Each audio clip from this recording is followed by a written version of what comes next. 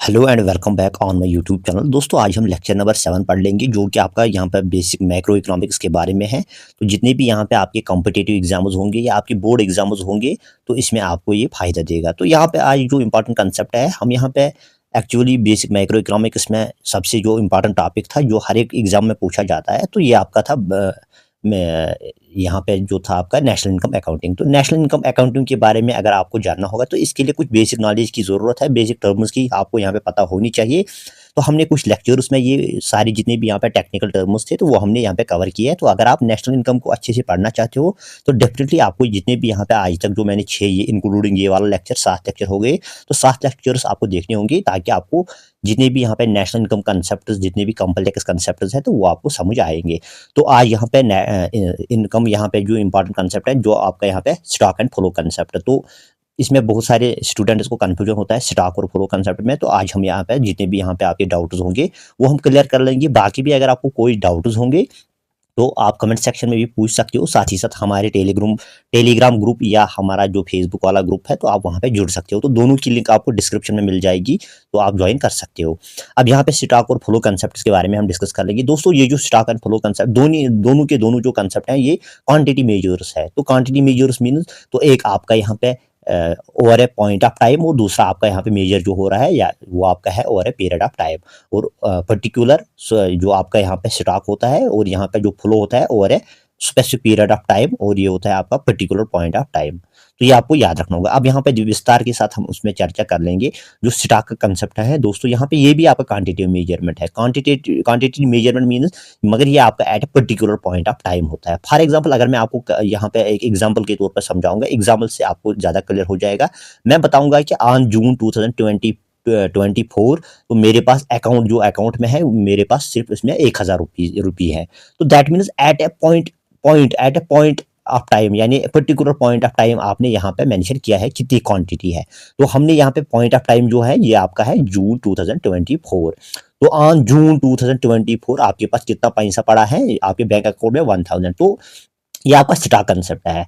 या अगर दूसरी एग्जांपल मैं आपको यहाँ पे बताऊंगा कैपिटल है। कैपिटल तो ऑन फॉर एग्जांपल ऑन 2024 ये मेरे पास कैपिटल जो है वो आपका 1 लाख का है।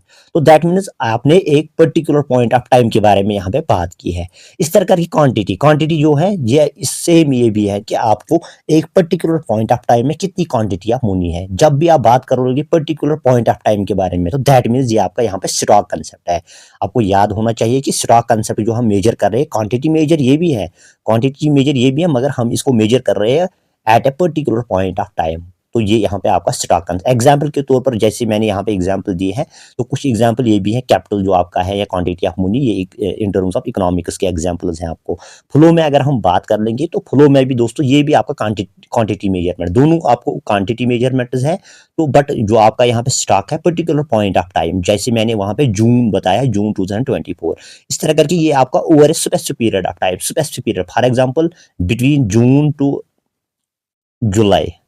तो ऐसे करके आपका ये specific period of time point of time पे नहीं है। तो जैसे मैंने वहाँ पे जून में ही बात की है जून 2024 ये एक स्पेसिफिक पीरियड ऑफ टाइम। या अगर हम इसमें डे भी जोड़ेंगे 21 जून 2024 तो ये आपका स्पेसिफिक पीरियड ऑफ ये आपका particular point of period of time. अब फ्लो में आपका यहाँ पे स्पेसिफिक पीरियड ऑफ टाइम ये यहाँ पे पीरियड ऑफ टाइम है। For example getting salary per month ये आपका पीरियड है क्योंकि यहाँ पे पर मंथ दैट मीन्स एक मंथ में आपका यहाँ पे स्पेसिफिक पीरियड दिया गया है। बैंक डिपॉजिट जैसे बैंक डिपॉजिट पहले जो हमने एग्जांपल ली थी फॉर एग्जांपल हमने 21 जून 2024 की बात की है। तो ये आपका स्पेसिफिक पीरियड ये आपका पर्टिकुलर पीरियड ऑफ टाइम था, पर्टिकुलर पॉइंट था यहाँ पे 21 जून।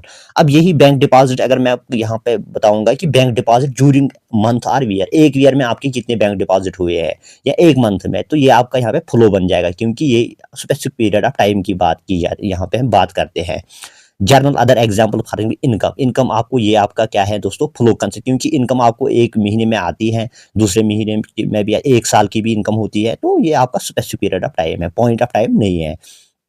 या इनकम की अगर इसको भी हम यहाँ पे फ्लो कंसेप्ट बना सकते हैं। फॉर एग्जाम्पल आपके पास कितनी इनकम है at a particular point of time या जनरली हम क्या कहते हैं, इनकम यहाँ पे हम लेते हैं फ्लो कंसेप्ट, जो हमें यहाँ पे इनकम होती है ये आपकी फ्लो या एक्सपेंडिचर। एक्सपेंडिचर भी आप ओवर ए स्पेसिफिक पीरियड, यानी 1 मंथ का आपका कितना एक्सपेंडिचर हुआ है, ऐसे हम बोलते हैं। तो हम ये नहीं कह सकते हैं कि जैसे आम भाषा में ये नहीं कह हम नहीं कह सकते हैं कि आपको for example over a specific point of time आपको कितना यहाँ पे एक्सपेंडिचर हुआ। हम जनरली जब एक्सपेंडिचर की बात की जाती है तो हम यहाँ पे over a period of time, 1 month में कितना एक्सपेंडिचर हुआ आपको, या 1 साल में कितना एक्सपेंडिचर हुआ।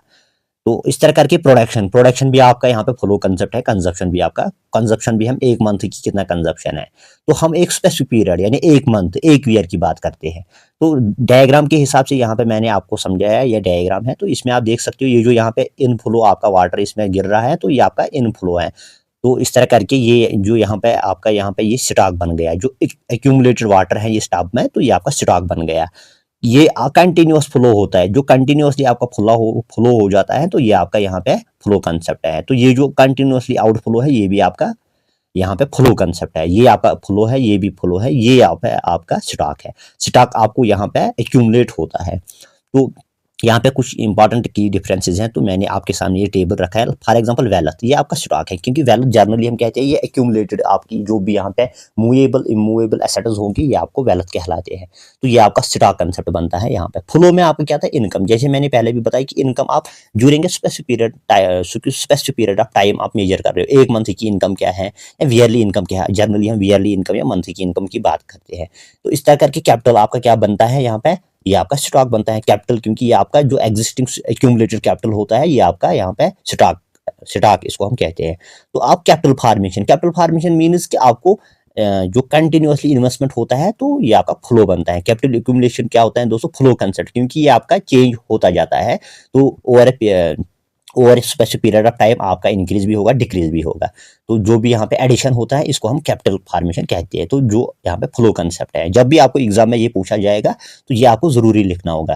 फॉर एग्जाम्पल राइस है, यहाँ पे राइस की बात की जाएगी। आपके पास स्टोर, जो आपके स्टोर में राइस होता है गोडाउन में, ये आपका क्या बनता है दोस्तों, तो ये आपका स्टॉक बनता है। तो जो आपका यहाँ पे फ्लो बन जाएगा, ये आपका सेल के लिए आप कितना मार्केट में सप्लाई करते हो, ये आपका क्या बन गया यहाँ पे, तो ये आपका फ्लो बन गया। तो सेम की कंसेप्ट सेम है यहाँ पे, कंसेप्ट बस आपको यहाँ पे क्या करना है, वेल्थ, तो वेल्थ यहाँ पे, इनकम यहाँ पे। तो इस तरह करके राइस, अगर आप राइस, तो आप किस दिशा में इसको जोड़ रहे हो, तो इट मीन्स हियर कि जो राइस है आपने अगर गोडाउन की बात की, तो दैट मीन्स ये आपका स्टॉक बन गया। अगर राइस आपने सेल के लिए, यहाँ पे सेल के लिए, मार्केट के लिए आपने यहाँ पे लिया, तो डेफिनेटली आपका यहाँ पे फ्लो कंसेप्ट बन जाएगा।